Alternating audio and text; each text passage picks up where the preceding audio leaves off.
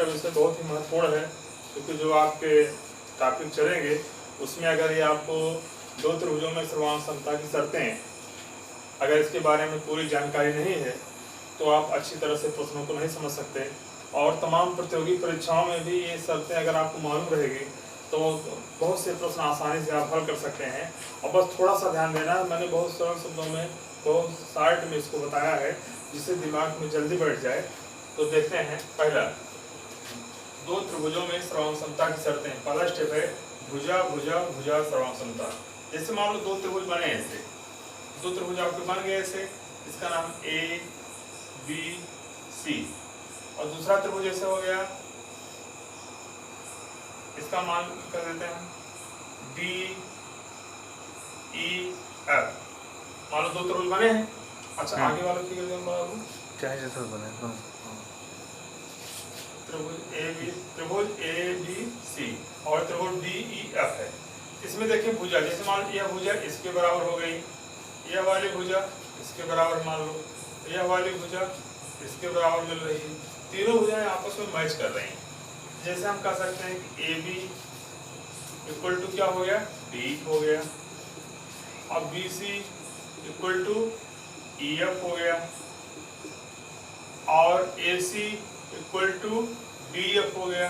देखिए भुजाएं क्रम से मिल रही हैं, तो जिस क्रम में भुजाएं मिल रही हैं, तीनों भुजाएं, एक भुजा मिल रही है, फिर दूसरी भुजा मिल रही है, फिर तीसरी भुजा बराबर मिल रही है, माने उसकी लंबाई एक जैसी है। जैसे 4 सेंटीमीटर ते भी 4 सेंटीमीटर, या 5 सेंटीमीटर ते भी 5 सेंटीमीटर, या 7, मतलब इस तरह से एक जैसा माप है सबका।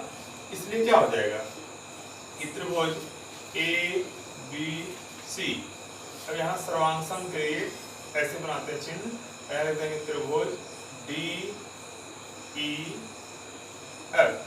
ये कंप्लीट हो गया। माने दो त्रिभुज सर्वांग कब होंगे, एक शर्त तय हो गई, अगर एक त्रिभुज की तीनों भुजाएं क्रम से दूसरे त्रिभुज की तीनों भुजाएं संगत भाग मिल रहे हैं तो दोनों त्रिभुज क्या कहलाएंगे, सर्वांग सम कहलाएंगे।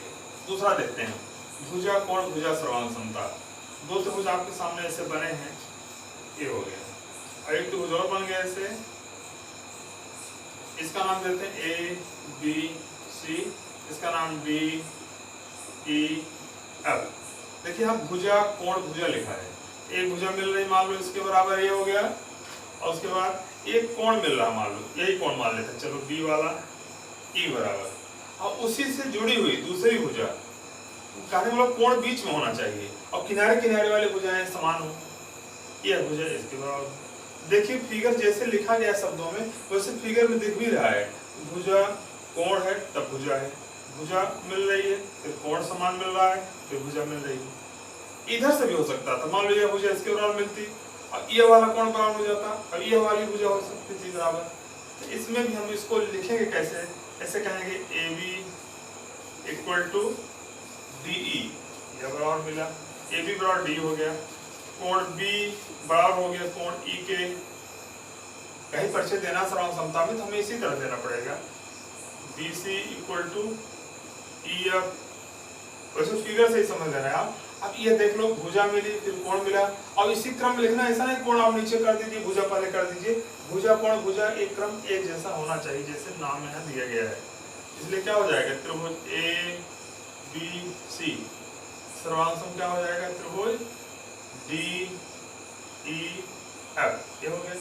ये भी देखिए सर्वांग सम हो गया। तो फिगर अच्छी तरह से देख लें। अगर आता है कोण भुजा कोण सर्वांग समता। मान लो दो त्रिभुज बने हैं ऐसे,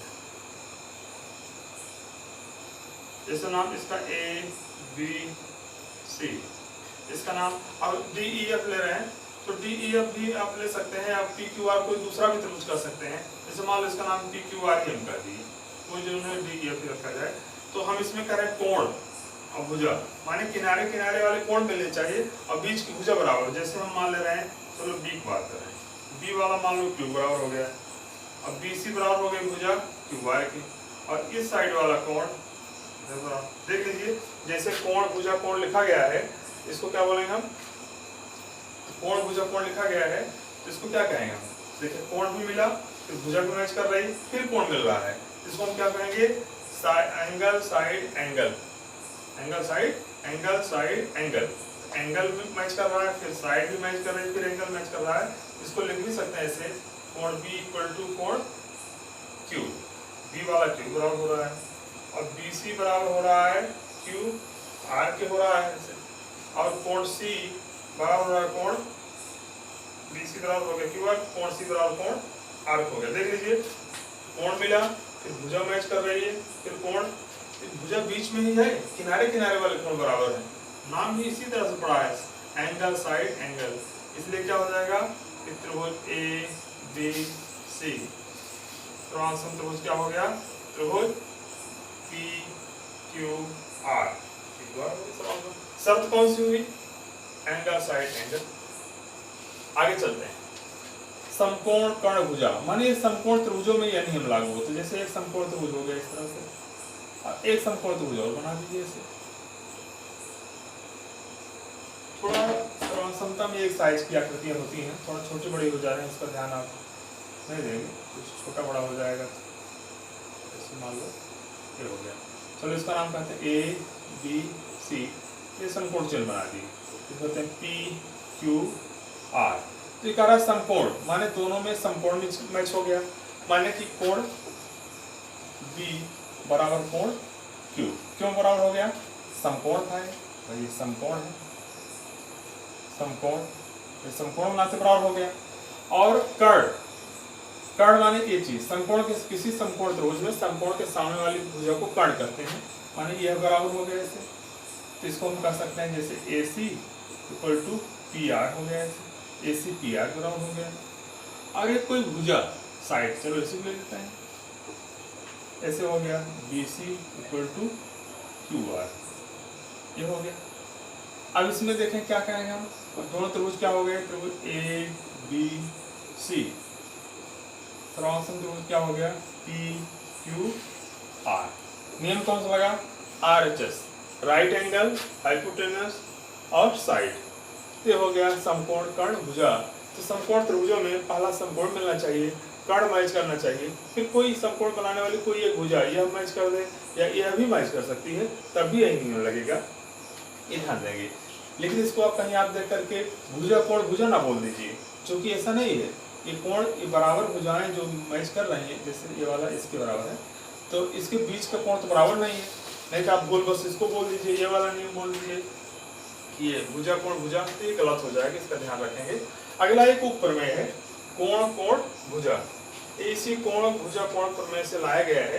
तो कोण कोण भुजा, अगर दो त्रिभुज ऐसे, तो पांचों बातें आपको अच्छी तरह ध्यान देनी है।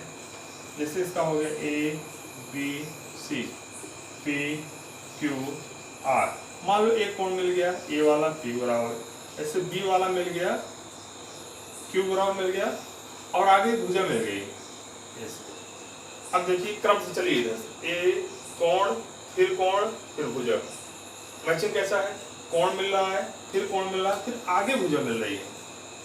तो इसको हम क्या कहेंगे, इसे कोण ए लिखेंगे भी इसी क्रम में, जब दर्शाना होगा नियम में, कोण इक्वल टू कोण पी, ऐसे कोण बी इक्वल टू कोण क्यू, फिर B C equal to Q R. देख लीजिए एंगल एंगल फिर साइड, जिस क्रम में है एक क्रम से चलते हैं, इसलिए क्या हो जाएगा कि त्रिभुज ए बी सी, त्रिकोण त्रिभुज क्या हो गया, पी क्यू आर हो गया। तो ये हम लोगों ने देखा दो त्रिभुजों में त्रिकोण समता की कितनी शर्तें हुई, आप बताएंगे 5। पहला है भुजा कोण भुजा भुजा भुजा त्रिकोण समता, yes yes yes, side side side हो गया, इसको साइड बोलते हैं। अच्छा, ये आपने देखा संकेत द्वारा हम लोगों ने, कि अगर एक फिगर ही आप दिमाग में बैठा लें तो आपको ये तुरंत आसानी समझ में आएगा, ये रखने की चीज़ नहीं, केवल समझने की चीज़ है।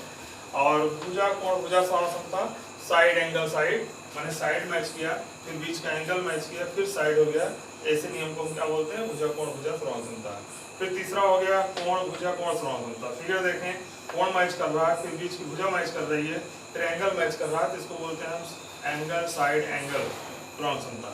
फिर आगे देखें समकोण कर्ण भुजा त्रिकोण समता, मानिए समकोण त्रिभुजों में होता है, पहला समकोण मिल रहा है, ठीक है समकोण है, फिर कर्ण मिल रहा है दोनों का बराबर, माने कि माप उसकी लंबाई दोनों की एक जैसी रहेगी, और एक भुजा भी मिलती रहेगी, तो इसको कहा जाएगा R H S, right angle hypotenuse side. फिर इसके बाद हो गया, उसके बाद कोण कोण भुजा श्रवण क्षमता। उसके बाद हो गया त्रिभुज एबीसी, इधर पी क्यू आर हो गया, जिसमें हम देखते हैं कि इसका एंगल मिला, फिर एंगल मिला, फिर साइड मिल गई, इसको बोलेंगे हम त्रिभुज एबीसी और श्रवणांश त्रिभुज पी क्यू आर। इस तरह से आप नियम को अच्छी तरह से नोट कर लें और विषय को अच्छा समझ लें, जिससे कि आप जो है कभी कक्षा 10 के लिए भी 10 में दो त्रिभुजों की श्रवण क्षमता के तमाम प्रश्न मिलेंगे और आपको 10 में समरूपता मिलेगी, लेकिन उसको श्रवण क्षमता की सहायता से सिद्ध किया जाता है। और तमाम प्रतियोगी परीक्षाओं में भी इस तरह के प्रश्न आते हैं, तो आपके लिए बहुत ही फायदेमंद है। ठीक है, ढेर सारी शुभकामनाएं आपको।